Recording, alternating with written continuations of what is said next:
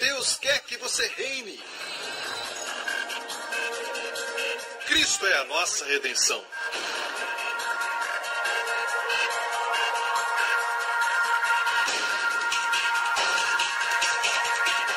Deus é justo e faz o pecador justo.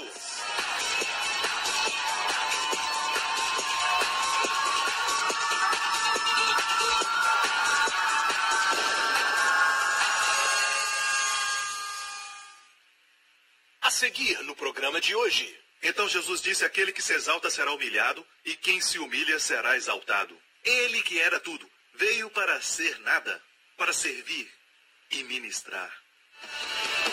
God so loved the world, He gave His only Son, perfect love upon the cross.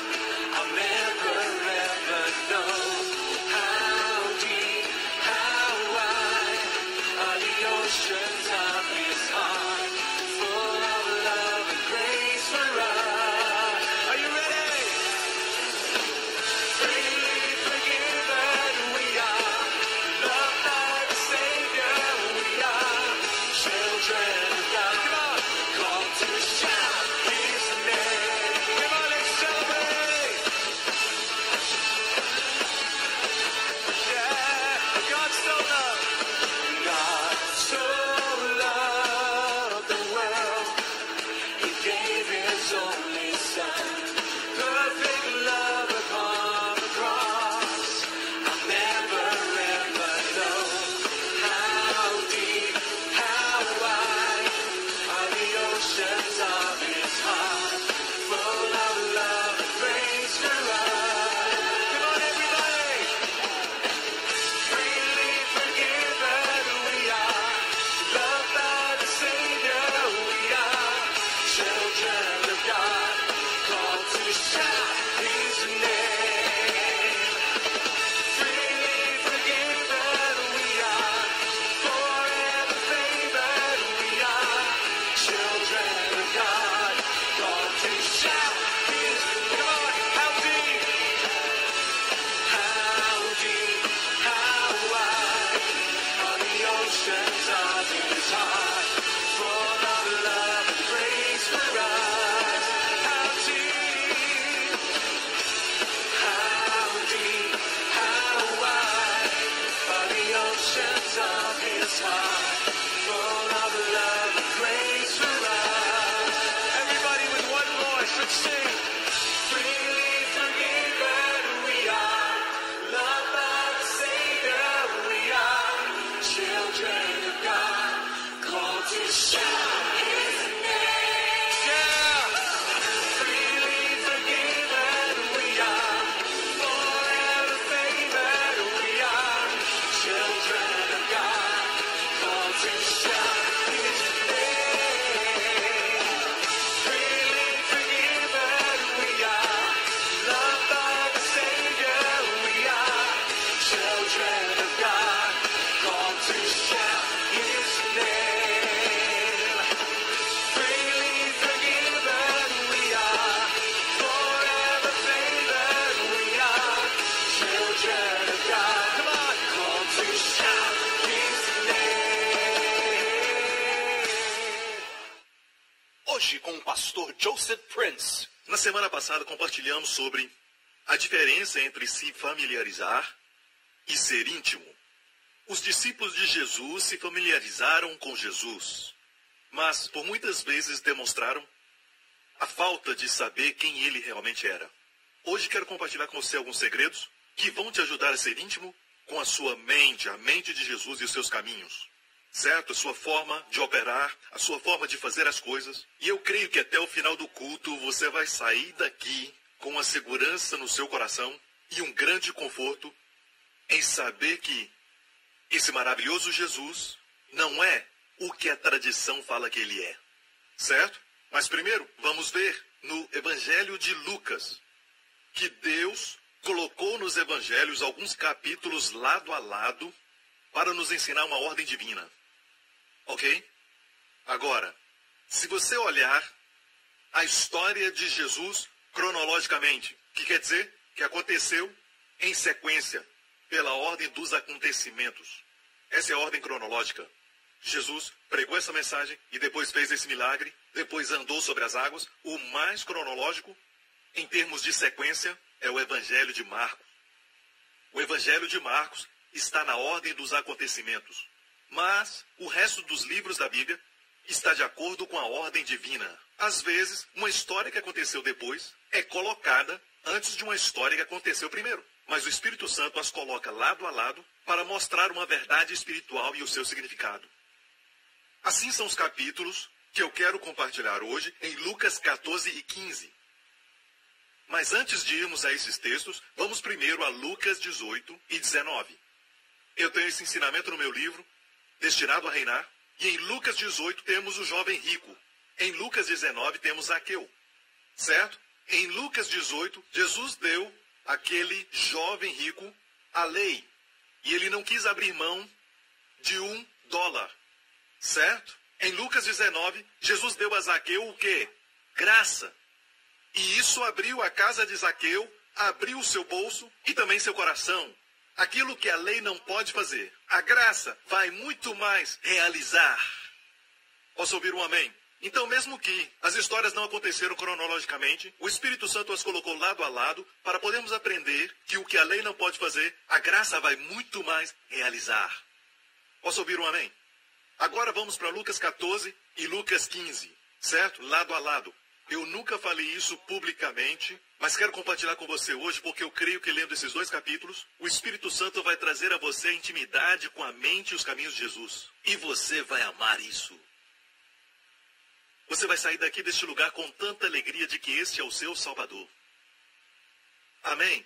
Em Lucas 14, é como se Jesus viesse ao nosso mundo. Se você está anotando, em Lucas 15, é Jesus nos levando ao seu mundo. Quantos sabem que o nosso mundo é um mundo muito triste? É um mundo muito triste e também decaído. Se o mundo não fosse decaído, as crianças não morreriam antes do tempo, não haveriam doenças, acidentes, gripe aviária e nem pneumonia asiática. Não haveriam terroristas. Este é o mundo decaído. Em Lucas 14, Jesus vem ao nosso mundo, e eu quero mostrar em Lucas 15, eu amo isso, ele nos traz ao seu mundo. E como ele é, certo? Lucas 14 primeiro. Olha Lucas 14, começa dizendo, no primeiro verso, tendo Jesus entrado num sábado em casa de um dos chefes dos fariseus para comer pão, eles o estavam observando. Que razão mais horrível para convidar Jesus. Quantos gostariam que alguém convidasse você a um jantar e convidassem você só para observar? O jeito que você usa a sua gravata, o jeito que você amarra os seus sapatos, coisas que eu não faço. Certo? Eles observam tudo sobre você. Eles te convidaram para encontrar alguma falha, estão observando bem de perto. Quantos gostariam de ir a um jantar como esse? Ninguém gostaria, certo? Mas os fariseus convidaram a Jesus, certo? Fizeram um banquete para honrarem Jesus, certo? Mas o objetivo era observá-lo. E em Lucas 14, o tema principal da mente de Jesus, se você é íntimo com ele, é isso. Ele não se sente em casa. Em Lucas 14. Não se sente em casa. Na casa dos fariseus. Ok? Mas nada pode deter a suprema bondade do seu coração de se manifestar. E a Bíblia diz, achava-se ali diante dele certo homem hidrópico. Nós não sabemos que doença era essa. Alguns dizem que era elefantíase. Alguns dizem que era outra doença, mas sabemos que era uma doença. E quantos sabem que Jesus não podia olhar para isso e não fazer nada? Mesmo na casa de um fariseu. E isso é a bondade do nosso Salvador. Então, a Bíblia diz, Jesus tomando a palavra, falou aos doutores da lei e aos fariseus, dizendo, é lícito curar no sábado? Ele fez essa pergunta, é lícito curar, porque ele sempre defendia uma lei. Então ele perguntou, é lícito curar no sábado? A Bíblia diz que eles ficaram em silêncio. Mesmo com seus corações duros. Não puderam responder, não é lícito. E a Bíblia diz, Jesus, pegando no homem, o curou e o despediu. Foi direto. Eu amo isso. Pegando, curou e o despediu. E Jesus se virou aos fariseus e disse isso. Qual de vós, se lhe cair num poço um filho ou um boi, não o tirará logo mesmo em dia de sábado? Ok, vamos trazer para um nível mais pessoal. Vamos dizer que você tem um cachorro, um cachorrinho, e esse cachorrinho cai num buraco, certo? No domingo. Você vai dizer, hoje é meu dia de folga, eu vou te tirar amanhã, segunda, o dia que trabalho. E alguns de vocês que estão sofrendo alguma condição no seu corpo, e estão pensando porque Deus, na sua soberania, no seu poder, na sua majestade, ainda não foi persuadido a usar sua misericórdia para curar o meu corpo, certo? E você tem esse tipo de atitude com Deus e pensa assim. Escute ao que Jesus diz a respeito das pessoas doentes. Ele vê as pessoas doentes como um boi ou um animal que caiu num poço. Precisa ser resgatado imediatamente. Coloque isso no seu coração. É assim que o Senhor vê as pessoas doentes. Ele vê as pessoas doentes como aquelas que precisam de atenção imediata. Ele não culpa os doentes dizendo que é por causa do pecado. Ele os vê como alguém que caiu no poço. Ele não pergunta, por que você está aí? Jesus disse que eles estão lá e nós precisamos tirá-los. Precisamos saber disso. E ele perguntou, qual de vós, se ele cair num poço, um filho ou um boi, não o tirará logo mesmo em dia de sábado? A isso nada puderam responder. E ele observou algo naquele lugar. Ele observou que todos os convidados dos fariseus, era uma casa grande, ele observou que todos escolhiam os primeiros lugares, brigando por aqueles lugares. Isso o entristeceu.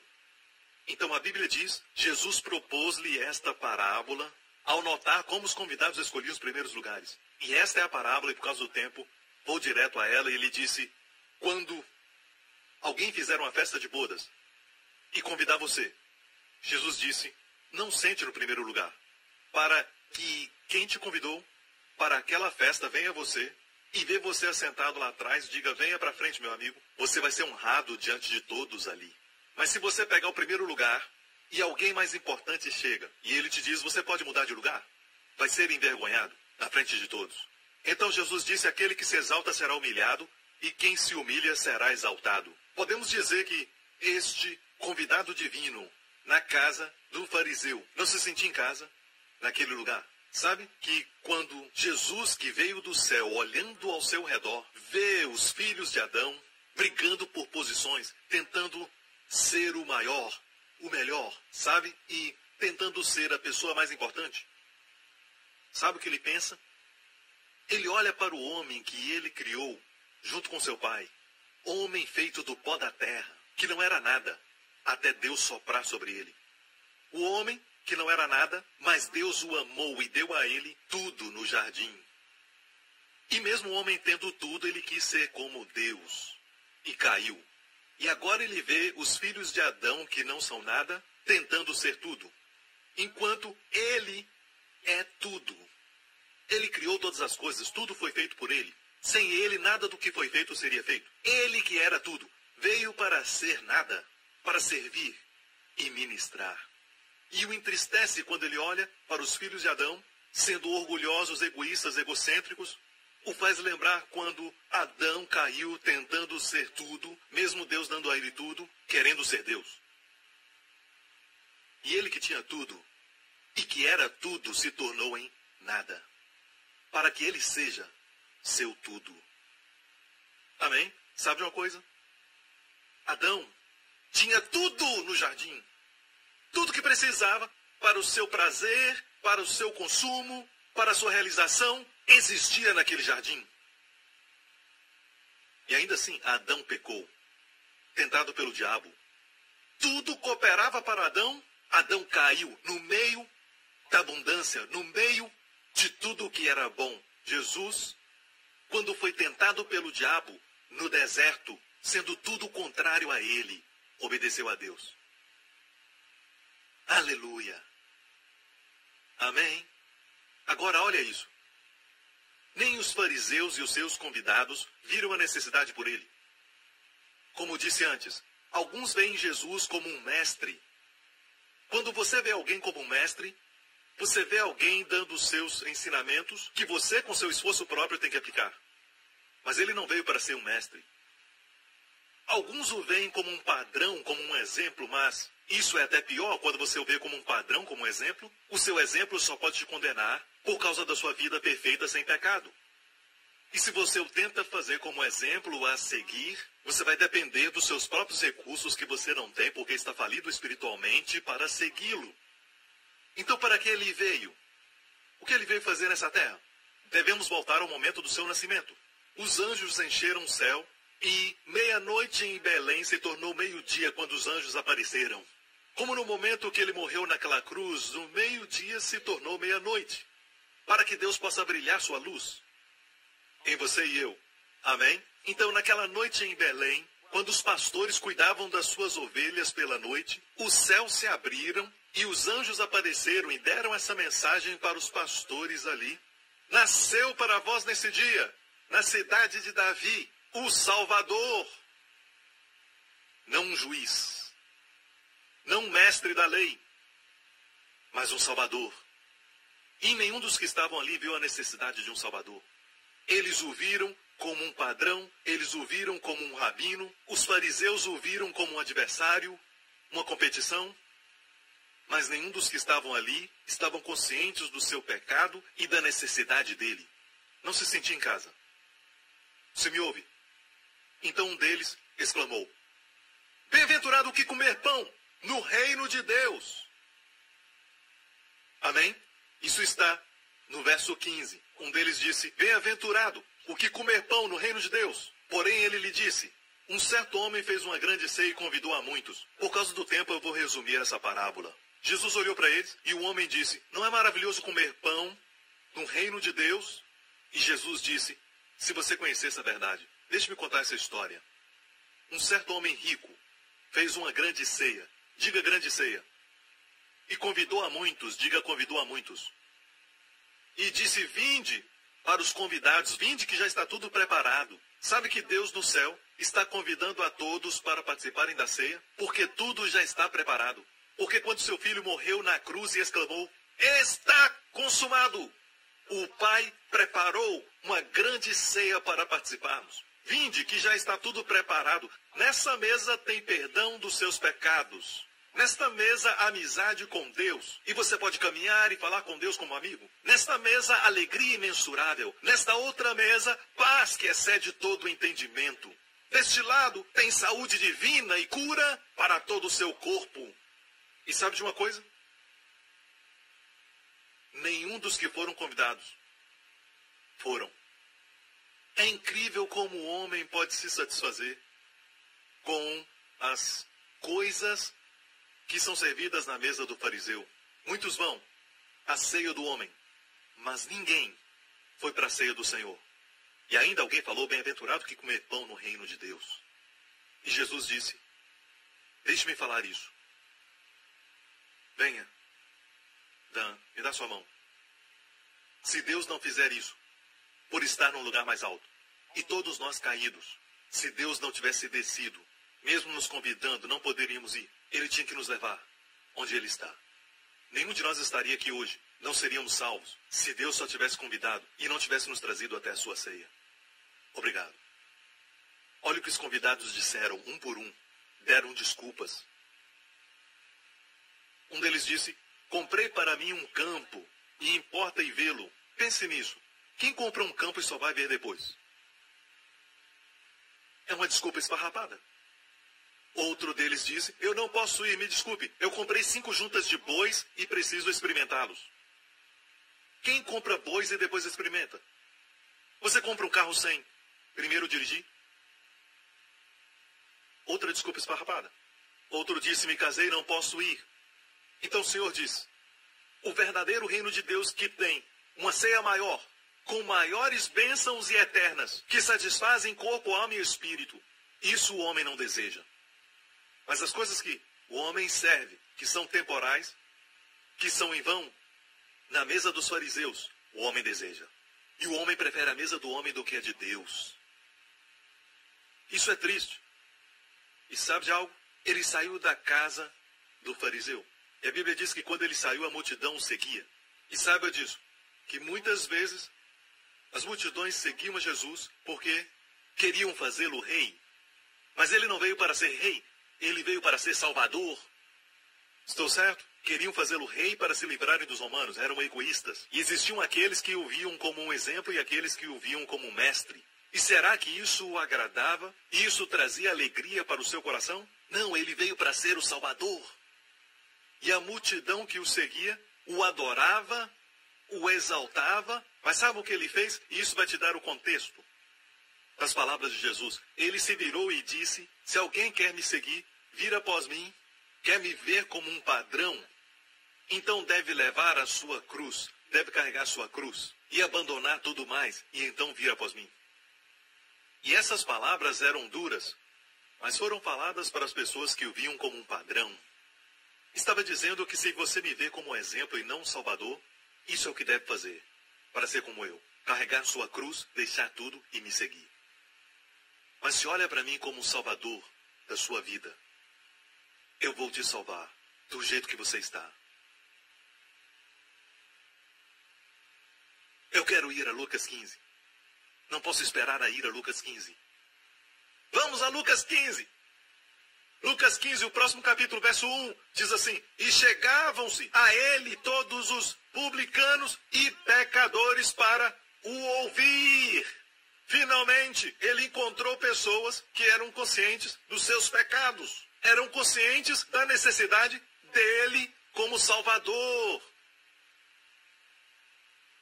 Sabe de uma coisa? Esse foi o momento mais feliz de Jesus, porque ele pronunciou 3 parábolas: a ovelha perdida, a dracma perdida, o filho pródigo. E em todas elas ele fala da alegria de encontrar a ovelha perdida, a alegria de encontrar a dracma perdida e a alegria de encontrar o filho perdido. Ele está nos dizendo o que o faz ficar muito, muito feliz. Quando Deus encontra pessoas para salvar. E olha, eu não estou falando da época do passado, quando uma certa vez você encontrou Jesus e o aceitou como Salvador. Mas depois disso, muitos cristãos, depois de aceitarem Jesus como Salvador, certo? Olham para ele como mestre. Não mais um Salvador. Você sabia que Jesus quer ser seu Salvador todos os dias da sua vida? Você sabia que todos os dias tem áreas na nossa vida que precisam ser salvas? Às vezes tomo decisões erradas e preciso que ele seja o meu Salvador. Preciso que ele seja um Salvador nos meus relacionamentos. Preciso que ele seja um Salvador para mim, para me livrar das doenças e tudo mais. Todos os dias preciso do meu Salvador. Algumas pessoas pensam que ele só nos salvou do inferno para irmos ao céu um dia. E isso não está na Bíblia. A salvação é algo diário e também é eterno. Ele quer ser o seu Salvador diário. O seu nome, Jesus, Yeshua, quer dizer Salvador. Mas se o ver como mestre, vai ser difícil. Se você o ver como um exemplo, vai ser pesado. Pense em alguém que está afogando. E o professor de natação passa ali e diz: lê o meu livro. E a pessoa está na lista dos best-sellers. Como nadar? Agora, leia. Isso vai ajudar a pessoa que está afogando? Não. O que a pessoa que está afogando precisa é um Salvador que vai pular na piscina e salvá-lo. Jesus veio para ser o nosso eterno e diário Salvador. Amém? Então olha isso. Chegavam-se a ele os publicanos e pecadores. Não tinham se aproximado até esse momento. Na casa dos fariseus, eles não puderam entrar. Sabe por quê? Não foram convidados. Eles estavam às margens da sociedade e também não estavam entre a multidão do lado de fora. Sabe por quê? Se sentiam indignos de seguir a multidão. Mas sabe de algo? Quando eles se aproximaram, Jesus então se sentiu em casa. Você acha que é um grande pecador? Ele é um Salvador ainda maior. Amém. E chegaram-se a ele. E os fariseus estavam murmurando. E a Bíblia diz: os fariseus e os escribas murmuravam: este recebe pecadores e come com eles. O escândalo da graça. Sabe qual foi sua resposta? Você quer saber qual a resposta de Deus hoje para as pessoas que questionam o jeito de Deus salvar? Sabe qual é a resposta dele hoje? Quando as pessoas dizem: eu não sei por que você merece tanta bênção. Você é muito sortudo. Sabe qual é a resposta de Deus para isso? Sabe qual é? está nessa parábola. E ele lhes propôs essa parábola, dizendo: que homem dentre vós, tendo 100 ovelhas, e perdendo uma delas, não deixa no deserto as 99 e vai após a perdida, até achá-la. E o próximo verso: e achando-a, a põe sobre os seus ombros, jubiloso.